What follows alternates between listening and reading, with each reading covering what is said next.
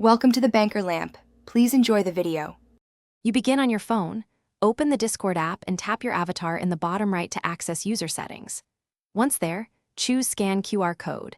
This is the only in-app scanner that works for Discord logins and joins. Make sure you grant camera permission now so the camera view appears. Once the view is live, hold your phone steady and move into position. Do not press any other buttons while aligning the desktop or printed Discord QR in the center of your camera frame. With the scanner active, align the QR inside the on-screen guide. A steady hand helps the app recognize the pattern quickly.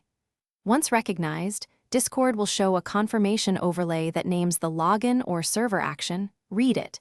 You must explicitly confirm the action, so make sure the account shown is yours. If you use biometrics or PIN, Discord may request it now.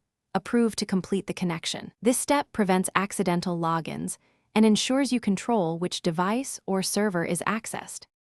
After you approve, Discord finalizes the login or server join and syncs your session.